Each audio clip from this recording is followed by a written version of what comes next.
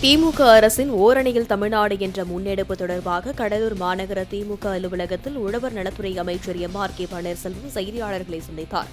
அப்போது பேசிய அவர், தமிழக முதல்வர் பொறுப்பேற்று தனிநபர் வருவாய் பெறும் ஆட்சியை செய்து கொண்டிருப்பதாகவும், திமுகவின் சாதனைகளை மக்களிடம் எடுத்துரைத்து அனைவரையும் ஓரணியில் சேர்க்க இருப்பதாகவும் அவர் தெரிவித்தார். தொடர்ந்து பேசிய அவர், வெளிநாட்டில் என்ன விவசாயம் செய்கின்றனர், அதன் பலன் மற்றும் நலனை நமது பல்கலைக்கழகத்துடன் இணைத்து விவசாயிகள் பலம் பெறும் வாய்ப்பை பெறவேதான் வெளிநாடு பயணம் மேற்கொண்டேன் என்றார். ஓரணியில் தமிழ்நாடு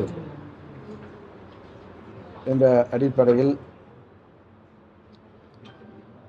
45 நாட்கள்